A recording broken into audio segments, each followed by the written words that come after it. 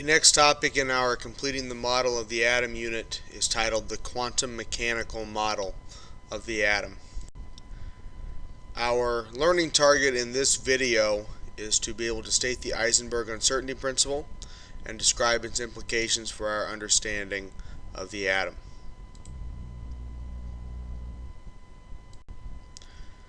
The quantum mechanical model of the atom is really reliant upon three different components. The three components consist of viewing electrons as waves, which was first realized by a scientist by the name of de Broglie. The Heisenberg uncertainty principle, which is really the big idea that we want to hit in this video. And then finally, Erwin Schrödinger's wave equations, which we'll wrap the video up with. So, de Broglie, who is a French scientist, is doing work on atomic structure, and he's trying to come up with a way that we can view electrons a little differently. And he is given credit for the discovery of what is now called electron-particle wave duality. You can see he came up with this idea in 1923. Here's a picture of de Broglie.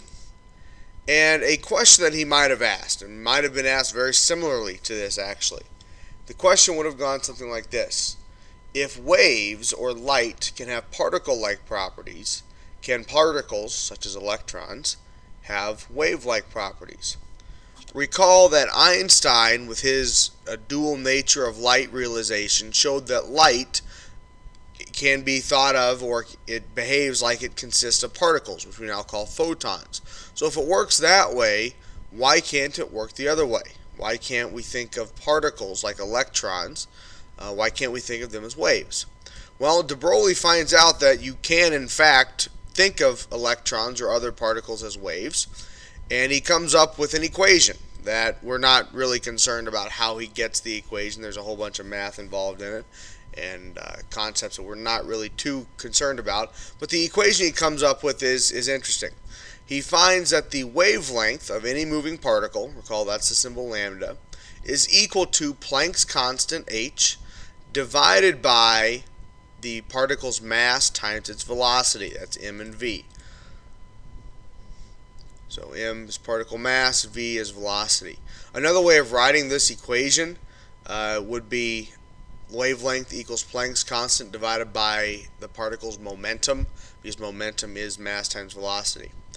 So what de Broglie shows is that the wave properties of everyday size objects like baseballs or cars is negligible. And just to give you an example of that, let's just show a calculation.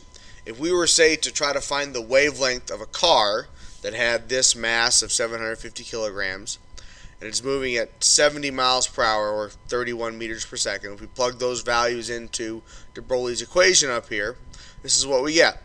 We get a wavelength of 2.8 times 10 to the negative 38 meters, which is absolutely tiny. It has no real effects on the properties of the car. We'd never be able to measure that. It's way too small. However, if we do this same calculation for a much smaller particle, we'll go to the next slide here. If we do that same calculation, say for an electron that has a really tiny mass, that's moving at the same speed as the car was, we see we get a wavelength that is very measurable.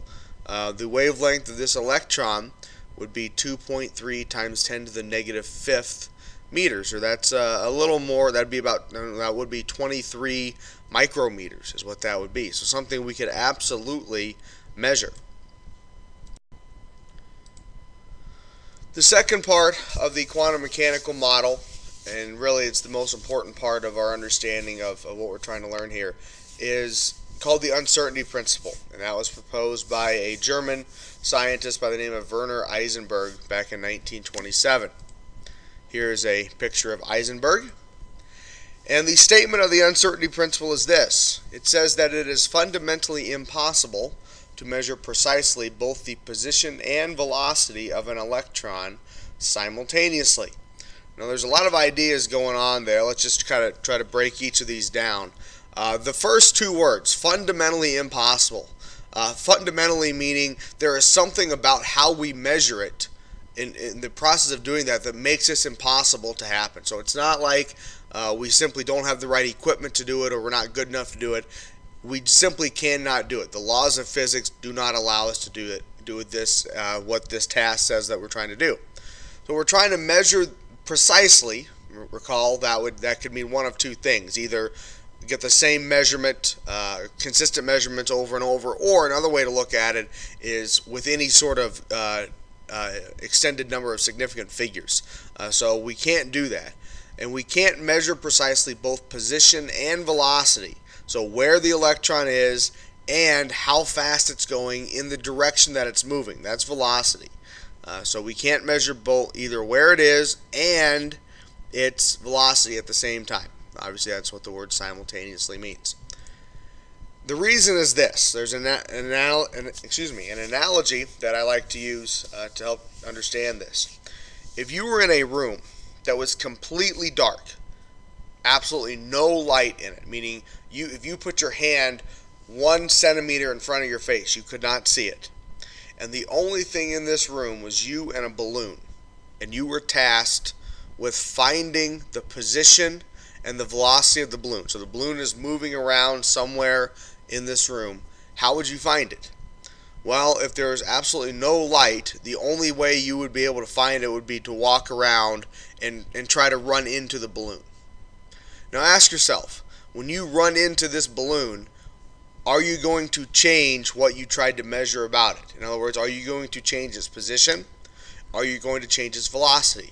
And the answer to that is, of course, yes. By you running into it, by you measuring the position and velocity, you have just changed what you tried to measure about it. Same thing occurs if we try to measure the position and velocity of an electron. Because in order to do that, we have to hit the electron with a photon.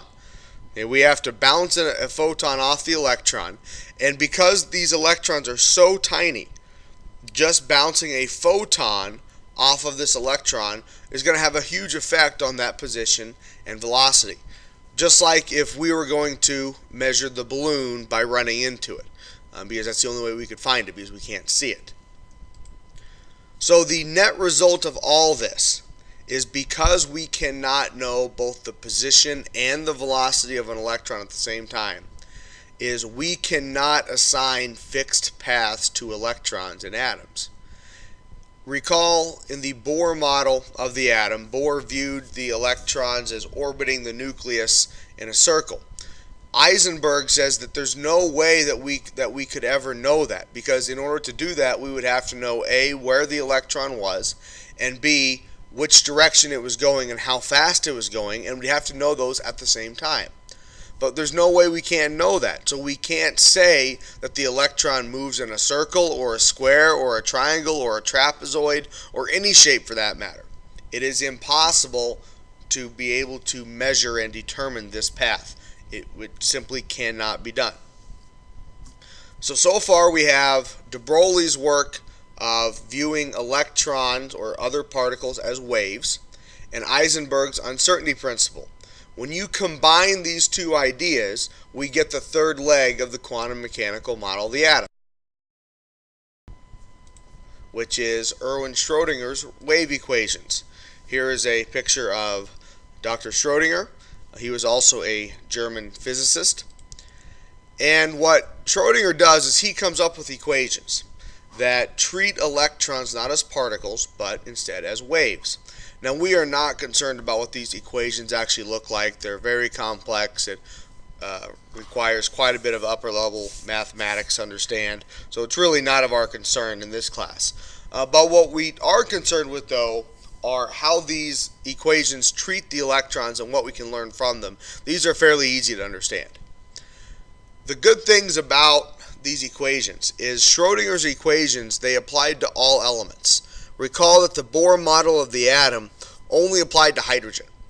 So all those equations that Bohr discovered and came up with for that only work for hydrogen.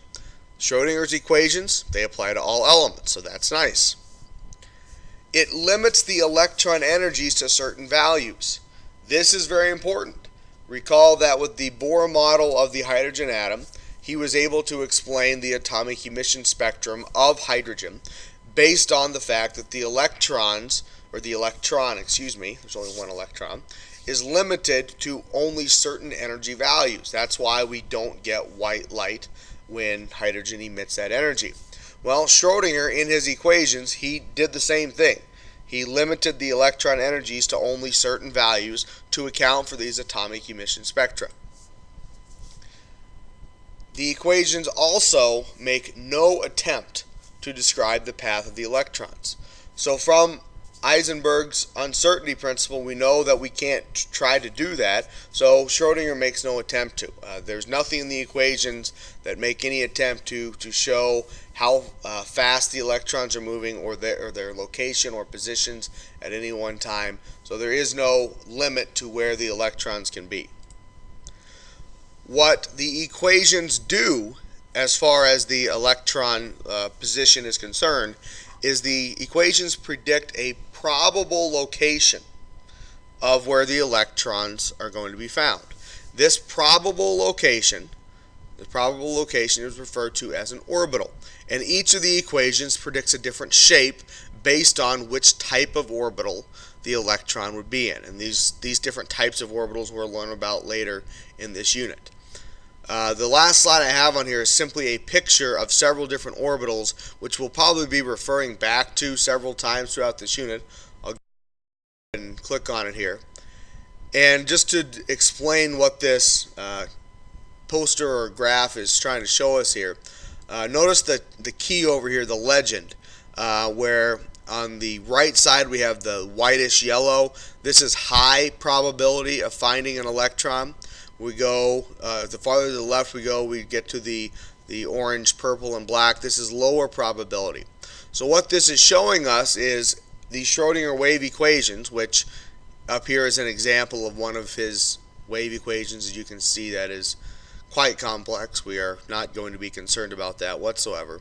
But the net result of that is it predicts all these shapes that you see here for the orbitals, or in other words, the probable location of electrons. And that is the best we can do.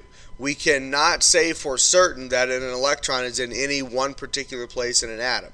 The only thing we can do, for example, let's just look at this first picture here in the top left-hand corner, is that for this particular orbital, that the electron is probably in, you can see there's a very light circle there, a sphere there in the middle. And if we look at our key over here, that's very high probability that the electron is probably in that volume right there. And the farther away we get from it, the lower the probability becomes. And you can see there's all sorts of different shapes here and sizes. These all correspond to different types of orbitals that we'll be learning about later in the unit.